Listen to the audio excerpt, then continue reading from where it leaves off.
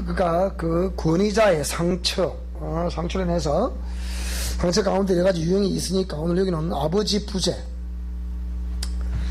아버지 부재에, 그러니까 우리가 이제 그니까 일찍 뭐 예를 들자면 뭐 엄마 아빠가 이혼을 하셔가지고 그러니까 엄마 밑에서 자랐다든지 아니면 아빠 밑에서 자랐다든지 이런 경우, 또 내지는 뭐 이렇게 일찍 부모님 중에 한 분이 돌아가셔서 이렇게 이제 계시지 않는 경우, 또 그것을 우리가 아버지 보통 부재라고 얘기를 하는데, 그 외에도 또 일찍 이렇게 뭐 이렇게 아버지가 사업상 이렇게 성장 과정 속에 아버지가 사업상 이렇게 떨어져 있었다고 한다든지, 자, 이런 것들이 성장 과정에서는 아이들이 자기 의사 표현을 못하기 때문에 이렇게 표현을 잘 안 하니까 모르죠. 그런데 이게 이제 어느 정도 자기 의사를 표현할 수 있는 나이가 되면 이런 재정상들이 우리 가운데 나타난다는 거예요. 그래서 우리가 항상 이런 강의를 할 때마다 여러분이 또 이렇게 이런 부분을 볼 때에 또 아픈 부분도 없잖아 있지만, 또 우리는 뭐 우리의 이렇게 짧은 생을 사는 것이 아니고 또 우리의 이제 미래에 또 삶을 살아가야 되기 때문에, 오늘 조금 전에 이제 이렇게 우리 자연대시험으로 얘기를 잠시 들어보니까 손자에게 이렇게 하여튼 뭐라 해서 공국을 거리를 사드렸는지 뭐 어떻게 잘 모르겠는데, 손자가 전화 왔더래. 뭐라 전화 왔냐? 할아버지 이게 있잖아요, 굉장히 맛있어요, 뭐 이러더래. 그걸 들으면서, 그러니까 할아버지 하면 그게 좋은 거죠. 그게 좋아서 자꾸 손자 손녀들에게 관심을 기울이고 그렇게 하죠. 그건 뭡니까? 그러니까 표현, 이게 참 중요한 거 아니겠습니까? 그러니까 내가 성인이 되었음에도 불구하고 나에게서 나타나고 있는 여러 가지 재정상들을 여러분들이 부부 같으면 상호간에 그런 부분들을 또 썩 듣기 좋은 얘기는 아니에요. 항상 어떤 부족한 부분을 지적을 하거나 이렇게 지적을 하면 굉장히 자존심을 상한다는 사람이 많아요. 그래서 거의 대부분 자한데 그게. 그러나 그런 걸 자존심 상한다 생각하지 말고 이렇게 잘 들어두면 굉장히 풀어서 된다. 왜? 그래서 자식들에게서 또 손자들에게서 이렇게 보통 우리 아이들 키우는 어른들의 얘기 들어보면 내리사랑을 그렇게 표현하죠, 보통은. 그래서 내가 직접 아들, 딸을 낳아서 기를 때는 별로 몰랐는데, 아이고, 이 손자, 손녀를 보니까 얼마나 귀여운지, 하여튼 자기는 다 귀엽단다. 세상에 귀여운 거 어디 있겠어요. 자, 그렇듯이, 이렇게, 부재가 주는 그런 영향력이란다면, 많이 생각해요. 이게 지금 권위자 상처치유 아닙니까?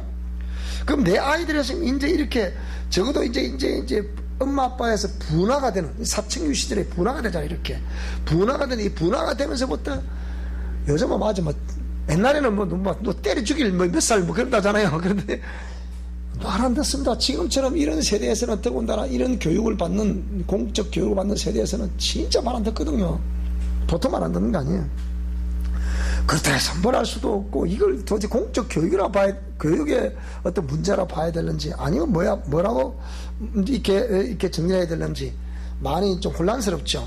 근데 거진 대부분 보면 이게 3세 이내의 교육, 또 어떤 사람은 7세 이내의 교육하는 사람도 있는데, 하여튼 이럴 때, 그러니까 엄마 아빠하고 떨어져 있거나, 하여튼 이 관계, 어떤 또 부재라서, 이렇게 이제, 그러니까 편모라거나 편부스라에 자라든 이런 자녀들에서 나타날 수 있는 제 현상을 말합니다. 그래서 이런 것들을 강의할 때 여러분들이 잘 들어두셨다가, 다시 말하자면 우리의 후손들에게 이를 잘 가르쳐 줄 필요가 있는 거예요.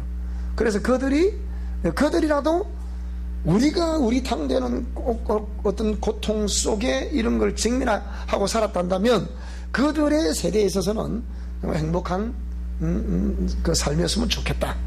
그런 우리의 바람이 있지 않습니까? 그래서 이런 강의를 하는 것이니까. 이게 끝나고 나면 이제 그다음부터는 아버지 상처로 인해 나타나는 현상들에서 쭉 이제 성경에도 쭉 나오는데, 이는 이제 다음부터 또 강의할 거니까요. 자, 이렇게 아버지 부재로 인해서 나타나는 결정적인 현상은 항상 심령이 공허하다는 거예요. 그러니까 이게 뭔가 채워지지 않은, 그 채우려고 해도 안 채워진다는 느낌을 본인이 받는 거예요. 항상 외롭다는 느낌이에요. 외롭다는 느낌, 공허하다는 느낌, 이런 게 드는 거죠. 이게 고아 심리가 이 중에 하나예요. 고아 심리. 고아 심리도 뒤에 다 나오겠습니다만은 그런 경우. 그래서 이게 결정적 현상이에요. 왜? 권위자가 없으니까, 권위자가 뭐라 그래도 권위자가 채워줄 수 있는 부분은 뭐 다른 사람이 못 채워주는 거잖아요. 그러니까 거기에 대한, 왜 가정에 들어가 보면 가정이 썰렁한 가정이 있고 가정이 따스한 가정이 있어요. 그럼 항상 우리 부부들은 가정이 따스한 가정을 만들다. 우리도 이 애들 성장할 때 보면 뭐 이런 걸 내사로 생각하다 보니까 때로는 부부끼리 다투는 경우도 있고 그러는데, 그럼 우리 이렇게 사모님 항상 그래요. 애들도 정해하자 그래 얘기죠. 그래서 하다가도 뭐 이거 그런 거지 뭐 꼴에 남자라고 가만 저러면 다가. 제가 그랬다니까요. 그러니까 참 그런 걸 보면서 우리 남자들의 그 권위의식, 이게 문제다 싶은 생각 많이 듭니다. 오늘 남자라봐 우리 김사하고 제가 둘이밖에 없는데 우리 둘이 보고 얘기해야 되겠네. 그러니까 결정적 현상은 아이들 그 심령에 뭔가 공허가 있다는 거예요. 그런 공허가 있다 보니까 애들은 그걸 채우기 위해서 무언가를 막 채우려 한다는 거예요. 그 욕구가 안 채워지면 막 불편만 터뜨리는 거죠. 이렇게 입이 막 나오고 막 그런단 말이에요. 그 다음에 그러다 보니까 자기는 항상 그 심리적으로는 뭔가 채워지지 않았다는 그런 심리 때문에 대인관계와 하나님과의 관계에서 심각한 후유증을 준다는 거예요. 그럼 항상 상대방은 항상 그래도 이렇게 따뜻하게 하는 것 같은데 정작 누가 그걸 못 느끼는 거예요? 본인 자신이 그걸 못 느낀단 말이에요. 못 느끼니까 상대방은 항상 나에게 표현을 하는데 자기는 표현할 줄을 몰라. 그럼 대인관계가 깨지겠습니까? 안 깨지겠습니까? 예를 들자면 그렇다 그 말이에요. 여러분들이 앞으로 삶을 살아갈 때 저는 그렇게 생각해요. 제가 이 목회를 해오는 가운데 참 돈이 없었기 때문에 뭐 이 세상에 돈이 없으면 아무것도 못 하잖아요. 이렇게. 그래서 예를 들자면 친구가 밥을 한 끼 사주면 나도 밥 한 끼 사줄 수 있어야 되잖아요. 그게 안 되는 그게 참 고통이거든 그게요. 근데 보통 우리 목사님들은, 우리 목회자들은 성도들이 사주는 밥을 많이 먹다 보니까 의뢰의 식당에 가면 목사님들은 안 삽니다. 왜? 목사님 당연히 네가 보호받으면 내가 사줘야지. 여러분 이게요, 불교, 내가 미얀마를 가보니까 불교의 성질이 똑같은 심리를 갖고 있더라고요. 네가 나를 잘 섬겨야 당신이 복을 받는다, 이런 개념이에요. 이게 무서운 거예요 이게. 그래서 그걸 보면서 내가 그랬어요. 다시는 저 교회는 이거 안 합니다. 내가 그랬어요. 왜? 나름대로는 거기서는 지역 그 연합회 회장도 하고 뭐 자기가 학교 동문회 회장도 하고 제법 교회도 지어져 있는 교회고 그런 목사인데도 아무를 안 해요. 강의라면 뒤에서 별을 쭉 너무 이래 있지 않나? 이게 말을 안 듣는 거예요. 그게 왜 그런 생각했더니 그런 심리가 있는 거예요. 그러니까 대인 관계에서도 항상 그렇게 이렇게 대접받는 것만 몸에 배어 있다 보니까 자기가 대접할 줄 몰라.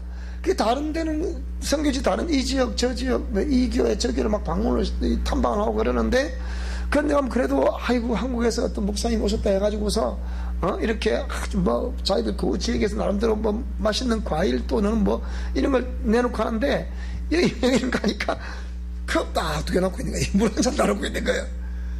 그래 그걸 보고서 내가 이분이 희한하고 그걸 물어보니까 그런 심리에 의해서 그렇게 한다는 거예요. 네가 나에게 대접을 해 복을 받는 거지 내가 왜 니한테 대접하냐, 이 얘기예요. 그래서 그걸 보면서 우리 목사님들 저 의식을 안 고치는 한은 거지밖에 될 수밖에 없겠구나. 결국은 그렇게 살다 그렇게 생을 마감하게 되면 그 밑에 우리도 마찬가지야. 내가 볼 때는. 그래서 항상 여러분들은 접대하는 사람이 될 수 있기 바랍니다. 성경에 뭐라 그랬어요? 선지자에게 냉수한 거를 대접한 것도 상급을 잃지 않다 그랬잖아요. 그런 원리야. 근데 이 사람 뭐라고요? 그러면 좋다. 자기가 성직자니까 또 성도들이 그랬다 생각합시다. 나도 성직자잖아, 그러면. 난 또 손님이잖아, 어찌 보면. 누가 누굴 대접해야 되니까, 그러면. 그럼 자기네, 똑같은 목사도 자기네 대접해야 되잖아. 그래, 안 그래요? 아, 참 재미있는 얘기를. 그러니까 그러니까 아무렇지도 않을 것 같은 그런 대인관계에 눈에 보이지 않지만 이 형성된 의식은 그대로 드러나요. 그러니까 제가 뭐라 그랬어요? 저 교회는 타시한 지원해서 안 됩니다. 그래요. 거기 안 지원 안 해줬어요. 그래서. 근데 거기에 그 당시에 나이가 40살인가 뭐는 젊은 총각 그 전사 하나 있었는데 이제 막 목사 안수를 막 이제 받아야 되는 그런 상황의 모양이에요. 근데 이 친구가 그 개척을 하는 거예요. 개척하는데 이분이 마인드가 됐어요. 이 젊은 친구는 보니까 우리가 항상 한동안에는 미얀마에다가 우리 그쪽에 이렇게 시돼지 막 우리 보내주고 그랬죠. 그래서 이 친구는 마인드가 됐어. 뭐라 그러냐. 나에게 시돼지를 좀 사달라 그 얘기예요. 그리고 왜? 거기는 우리 옛날에 소가 재산 목록 1호잖아. 1호. 그렇듯이 거기도 그런 게 재산 목록 1호예요. 그러니까 시돼지나 또 내지는 어떤 양이나 어떤 염소나 이런 걸 한 마리 사주면 그걸 어떻게 해요? 키워가지고 이렇게 이제 교배를 해서 새끼를 만들어 또 새끼를 치고 해가지고 그걸 통해 가지고 자립을 하겠다. 맞다. 그래서 우리가 시돼지를 억수로 많이 사준 거예요. 그러니까 가봐야 되는데 가보려니까 코로나 때문에 또 못 가보겠네. 참이 그래 됐는데 어쨌든 그런 대인 관계와 이런 게 심각한 후유증을 낳는다. 무슨 말이 되죠? 그러면 대인 관계뿐만 아니고 결국은 이 대인 관계도 왜 결정적인 현상이 아버지 부재의 결정적인 현상이 심령의 공허이라고 말한다면 이 대인 관계에서도 자기 마음이 공허하기 때문에 뭔가 채워지지 않는 것 때문에 자꾸 내 속에만 채우려고만 하지 이렇게 상대방에게 이렇게 베풀 줄을 이렇게 희생할 줄을 모른단 말이에요. 그러다 보니 그것이 하나님과의 관계에서도 역시 뭡니까? 하나님 믿으세요. 하나님 살아계시고 어떠저쩌고 아무리 말해봐야 이게 느껴지질 않는 거예요. 여기서 이게 이제 문제라는 거예요. 그럼 이 사람은 평생에 교회만 왔다 갔다 이렇게 하고 수평적으로 들은 지식만 갖고 이제 판단하기 시작하는 거예요. 그래서 우리가 체험 신앙이라고 해요. 중요한 거예요. 체험을 하지 못하면 안 된다. 그래서 안 된다는 거예요. 이게 중요한 거죠. 그래서 오늘도 조금 전에 집에서 나오는데 문자가 띠링 오늘 목사님 제가 어느 한 분을 목사님께 데리고 가고자 하는데 이번 주 시간이 되겠습니까? 그래요. 우리 교회 다 바뀌래 이 사람들이. 그래서 우리 교회 바뀌라. 그래서 내가 내일 외에는 내가 시간이 된다. 언제든지 오라 그랬더니 알았다고 이 문자가 오라. 그러니까 이 사람도 지금 처음 이제 교회 나와가지고 전도를 해서 교회 나와서 이제 예수님을 지난주에 영접했다나 못 쳤다나 하여튼 그랬다는 모양이에요. 보니까 얼마나 온지 모르겠지만은 그런데 목사님 가자 그러니까 아이고 나는 무서워서 못 가겠다 그러더니 무서워서 못 가겠다 그러더니 예수님을 영접하는데 이후에 이제 그러니까 보니까 예수님 나는 생각했겠죠. 결혼 좀 나왔겠죠 어느 정도. 그러니까 예수님 영접시키고 나니까 그 목사님 한번 뵙고 싶다. 이제 기쁜 마음으로 뵙고 싶다 그러더래요. 그래 좀 데리고 오는 거라. 지난주 왔다 갔잖아요 이게. 그러니까 이런 거. 그러니까 이게 대인관계에서 뭔가 자꾸 내가 공함이 있다. 뭔가 채워지지 않는 그것이 있다. 내가 왜 자꾸 이렇게 막 이렇게 저렇게 막 방황을 할까? 그러면 방황을 하게 되거든. 그러다면요. 아이들도 그렇게 되면 방황을 하게 돼요. 어른들도 방황을 하게 돼요. 채워지지 않는 게 무엇이 있으면. 자, 그래서 사랑도 느껴지지 않고 사랑이나 감정을 도무지 느낄 수 있다 없다? 없다는 거예요. 그래서 지적 동의와 이 정적 동의가 이루어져야 일단은 공감이 돼요. 공감이 돼서 그 다음에 이제 자신의 전인격을 가지고 내 의지로 이제 움직일 때 그때 생명이 나타나는 거란 말이에요. 이게 무서운 거예요. 그러니까 지적 동의, 정적 동의까지 이루어진 것도 참 시간이 오래 걸리는데 지적 동의와 정적 동의를 통해 가지고 의지적 동의까지 이어져서 이게 생명으로 만들어내기까지는 숱한 시간이 걸리는 거예요. 그래서 우리가 삶으로 정리하라는 이유가 거기 있는 거죠. 자, 무슨 말이 되죠? 그래서 자, 아버지의 결핍이라 했을 때 이 아버지의 결핍은 뭐냐? 자녀가 자, 성인이 되기 전에 나오네, 상함한 경우, 가난으로 장기간 집을 비운 경우, 또 이렇게 이혼 또는 사별에 한 어떤 경우, 그런 경우, 이는 명백한 결핍이기 때문에 이런 이렇게 이런 재정상을 나타날 수 있다고 볼 수 있고요. 그 다음에 광범위한 결핍을 한다면 이게 이제 집에 있지만, 그러니까 이런 좀 더 넓은 개념에 의해서 결핍을 하는 것은 집에는 있지만, 이제 우리도 그렇잖아요. 저희 아버지 같은 경우도 집에 있었지만 실제적으로 아버지가 나를 보호해 준다고 느낀 거는 별로 없어요. 집에 계시지만, 물론 이제 뭐 무서운 아버지만 매일 뭐 혼이나 내고 그렇지, 뭐 따스하게 보여간다, 그거는 별로 없는 것 같아요. 이제 전체를 생각해보니까, 제 같은 것도 전체를 생각해보니까 그러니까 반반 정도 이렇게 느껴진단 말이에요.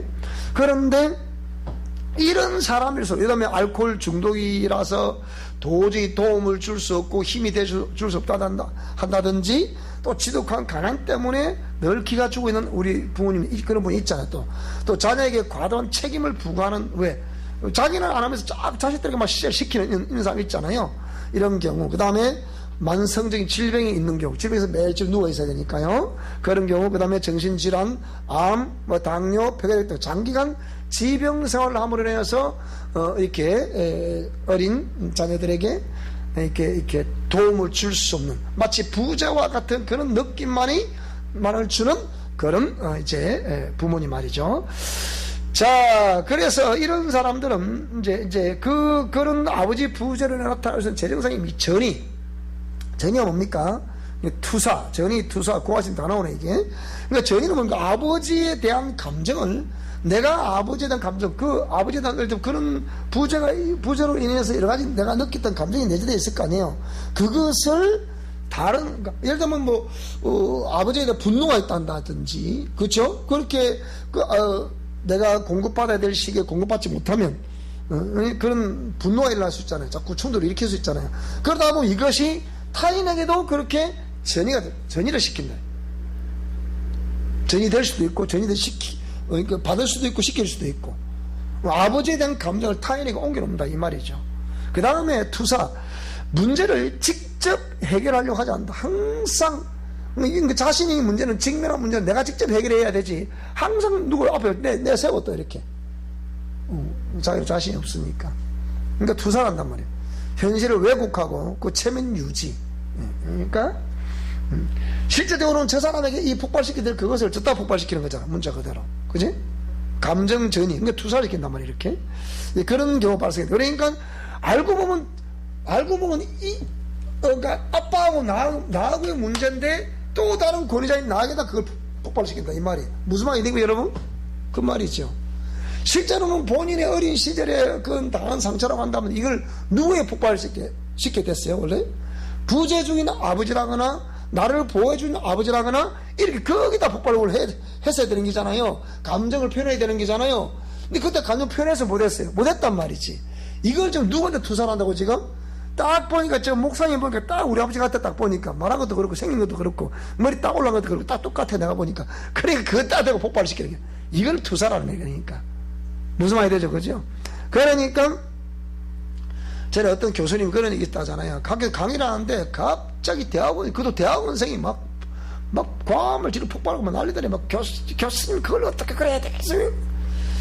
그래서 교수님이 빙그레 웃었다는 거예요. 웃지 마세요! 그러니까 얼마나 그 다른 대학원생도 있고 그러는데 그 대학원생 때는 그 사람이 그 교수님 뭐 그렇게 뭐 자기 감정을 표현하니까 그 교수님이 빙그레 웃더라고요. 웃지 마세요. 웃지 말아라 했잖아요. 그래서 그 시간이 지났어요. 그러니까 그 대학 찾아왔더래. 제가 곰곰이 생각해 보니까 교수님 보는 순간에 아버지가 생각이 났어요. 그래서 저도 모르게 그 아버지에 대한 감정을 그렇게 분노를 이렇게 분노가 갑자기 치밀어서 그걸 제가 절했었는데 못해서 죄송해요. 교수님 죄송하다. 그래서 제가 교수님 또 빙그레 웃으니까 고개가 푹 뭐 자동으로 숙이더라잖아요. 다 알고 있었다고. 알고 있으니까 웃는다는 거예요. 그러니까 이게 참 우리 목회자가 그러니까 목사가 목회하기가 진짜 힘든 거라. 그러니까 그거 저거 다 받으려니까 나는 그게 잘 안 되더라고. 막 더러워서 이거 그런가 잘 안 되더라고. 자, 어쨌든 간에 그런 경우 무슨 말이 되죠? 그래서 전이 투사, 그 다음에 고아심리를 했죠. 고아심, 마음 깊은 곳에 외로움이나 공허함이 항상 자리를 잡고 있어서 그렇대. 자리를 잡고 있대. 여러분 눈을 감고, 자, 눈을 감고, 내 항상 내 마음속에 예수님이 있다고 느껴지는지, 아니면 어떻게 또 이렇게 공허하다고 느껴지는지 가만히 생각해 보시라고. 나는 외로워. 나에게는 아무것도 없어. 어떤 힘도 나에게는 없어. 내가 이 세상을, 이 험난한 세상을 헤쳐나갈 힘이 없어. 그렇습니까? 네. 그런 거란 말이에요. 그러니까 마음 깊은 곳에 외로움이 있다. 그럼 항상, 여기저기 저 지난번에 치유받은 그 자매는 그래요. 뭐라고 그러냐. 갑자기 치유를 받겠다고, 지난 목요일에 그랬잖아. 치유를 받겠다고, 딱 이제 결정을 안 하니까, 이제 오늘 딱 드디어 이제 오늘 날이 됐어. 그래서 딱 했는데, 딱 기도를 하는데, 갑자기, 몸이 덜덜덜덜덜 떨리더래요. 갑자기 떨리고 왜 이렇지? 갑자기 기분이 이제 우울하잖아요. 그것부터 그래 얘기해가지고 무섭기도 하고 왜 이런 일이 벌어지지? 좀 이제 눈물이 쫙 나더래 이렇게. 그 왜 이런 게 느껴지지 이렇게? 그래서 문자가 왔어요. 목사님 이게 무슨 증상이에요? 이거 혹시 이거 아니에요? 그 네가 안게 다행이다. 그래, 그자 나와서 막, 하루 종일 막, 저녁 6시까지 축사를 했잖아요. 자, 그래, 갔는데, 이런 마음 깊은 곳에 외로움이나 공허함이 자리 잡고 있어서 그렇다. 자리 잡고 있어서 그렇다. 이 고아심리가 이런 게 있어. 그 다음에 섭식장애. 뭔가가 부족하다고 생각하기 때문에 뭐라고? 이 사람은 자꾸 먹는 거야. 이 공허하니까 먹는 거지. 주로 이때 정신적인 부분에 있어서도 문제가 있는 사람들이 자꾸 먹잖아요. 이렇게 자꾸 먹고 먹긴 먹는데 이 사람 움직여 안 움직여? 안 움직여. 섭식장애. 그 다음에 뭐 알코올, 그러니까 이때 마찬가지고요. 이거 알코올, 그러니까 술을 자꾸 마셔. 우리가 보통 남자들 세계에서는 내가 술을 내가 지고는 못 가지만 마시고는 내가 간다고 하는 이게 좋은 거 같죠? 그것도 항상 채워지지 않기 때문에 그런 거야. 담배 돌았으면 내가 담배집 아들이었잖아. 내가 이걸 내가 안다니까. 그 담배를 먹으면 딱 일단은 심리적으로 약간 안정이 된다는 기분이 들어요. 담배를 딱 꼬나물면. 그러니까 그 식후 불련초라자. 그러니까 절대로 담배는 식사를 하고 난 다음에 피우면 안 됩니다. 뭘 먹고 난 다음에 피우면 그 사람 담배 못 끊어요. 그게 중독이에요. 중독. 그게 항상 외로운 사람들고 힘든 사람들은 담배에 의지합니다. 이렇게. 그러니까 왜 그렇습니까? 그게 분노가 올라오는데 이걸 그러니까 내 안에서 분노에 대한 감정이 팍 올라오면 이걸 폭발시킬 때가 있어야 돼. 지금처럼 뭐 토설의 원리를 한다든지 이렇게 교회로 오니까 막 통성기들로 샤우팅을 해야 되는데 요새도 샤우팅도 못하게 하니까 자 이놈은 나라가 어찌 될란지 이게 좀 전형적으로 기독교가 이제 사라져갈 때 나타난 재정상이 지금 대한민국에 나타나는 거거든요. 동성애도 하지 말하잖아. 성경 공부하지 말하잖아. 또 성화도 연습도 하지 마라. 예배는 되는데 성화 연습하지 마라. 노라는 마스크 끼고 해라. 성가대 연습도 하지 마라 하면서 또 노라는 끼고 해라. 또 앞뒤 안 맞는 짓을 한다. 이렇게. 고민. 저뒤 좀 편지 왔더라고. 진주시 문화예술가에서. 어기면 300만 원 벌금 물리겠습니다. 그래도 저거 와 있더라고. 그것도 소개를 썼어. 써라 했겠지, 시장이. 그래, 이런 담배, 그리고 여러분 보세요. 노동. 뭘 해야 내가 자존감 느껴져. 존재감 느껴져. 뭘 해야. 가만히 있어 몸이 발광이 난다 그랬죠. 여기 좋은 거 같죠, 여기 그가 채워지지 않아서 그런 현상이라니까. 이게 노동. 그러니까 이를 일 중독이죠. 일 중독. 자꾸 자꾸 일을 해야 존재감 느껴지고, 더구나 내가 자신 있게 할 수 있는 일이 있으면 더 이제 존재감이 오죠. 확실하죠. 느껴지니까. 그걸 통해 자기 존재감 느끼려고 하는 거거든. 그 심리가 그렇거든요. 이런 것도 그렇고. 그 다음에 이제 여기 이제 각종 마니아, 어떤 동호회에서는 그런 거 있죠. 그죠? 동호회. 등산하는 거기 마니아들. 또 내지는 하는 마니아들, 하는 마니아들 많잖아. 그죠? 그 마니아 그게 좋은 것 같지만 거의 중독입니다. 그게 중독 성향에 의해서 나타난 재정상이에요. 자꾸 그쪽으로 어떤 걸 해야 된다는 거죠. 그 다음에 성과주의. 성과주의 아시겠죠? 성과주의 아시겠죠? 그죠? 어떤 일을 시켜놓고서 반드시 결과를 묻는 거. 저는 그래서 그걸 안 묻잖아요. 그러니까 일단 해놓고 어찌 진행되면 그만 물어요. 그러니까 꼭 성과를 내야 한다, 안 된다. 단 하나, 과정에서 충실하나, 저는 그걸 묻는 거죠. 어떤 일을 해야 될 때 일을 안 하면, 그러니까 일을 이렇게 계획이 있으면 계획을 이제 진행시켜야겠다. 그래야 결과가 나올 거 아닙니까? 저는 결과는 절대 안 묻습니다. 뭘 묻냐? 진행을 어떻게 하냐? 그걸 저는 묻는 거예요. 그 결과는 뭡니까? 진행하는데 최선을 다했으면 그 결과는 하나님께 맡겨야 되는 거예요. 무슨 말이 되죠? 그죠? 근데 모든 목사들이 결과까지를 내놓으라 합니다. 제가 부교장 많이 해서 잘 알잖아요. 결과를 내놓으라. 그러니까 점수가 됐으면 무슨 결과를 내놓고, 부목사 돼서 뭘 결과를 내놓고, 전도를 많이 했다든지, 얼마나 부흥을 시키다든지 내놓으라는 거예요. 무조건 하고.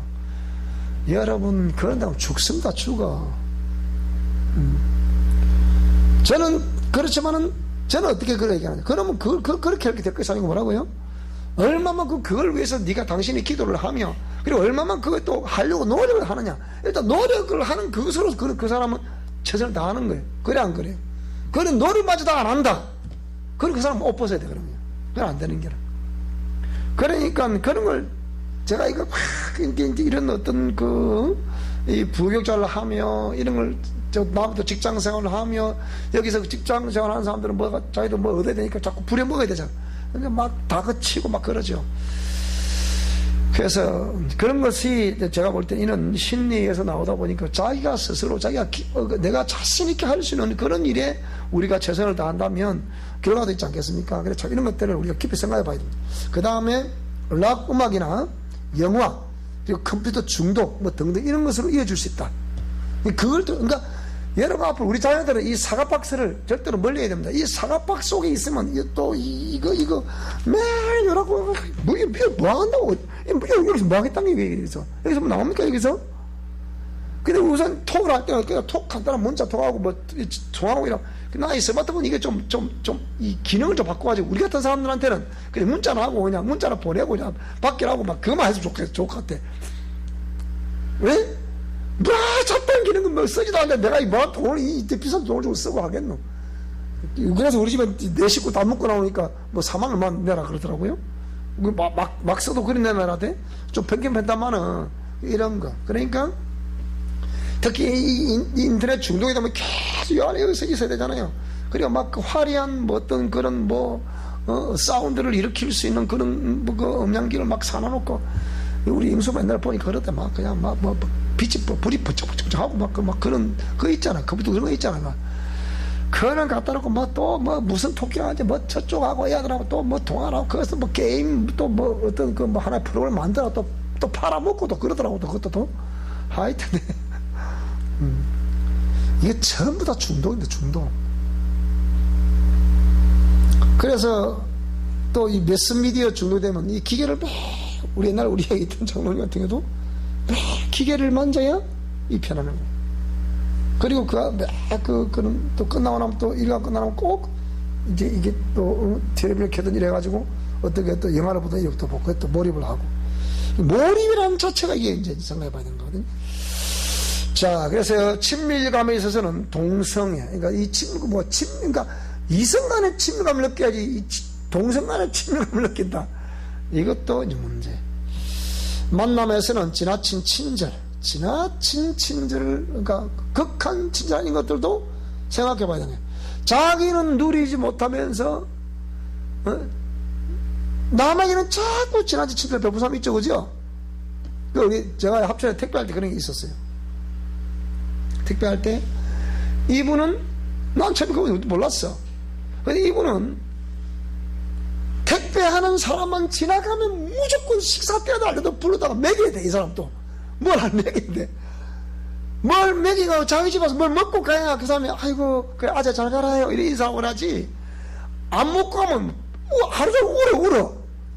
그거 왜 그러냐고. 그러니까 내가 오늘 먹여서 보냈는데 안 먹여서 보냈다고 이러고 그래 뒷날 가면 아직 가서 불러. 그 왜 가?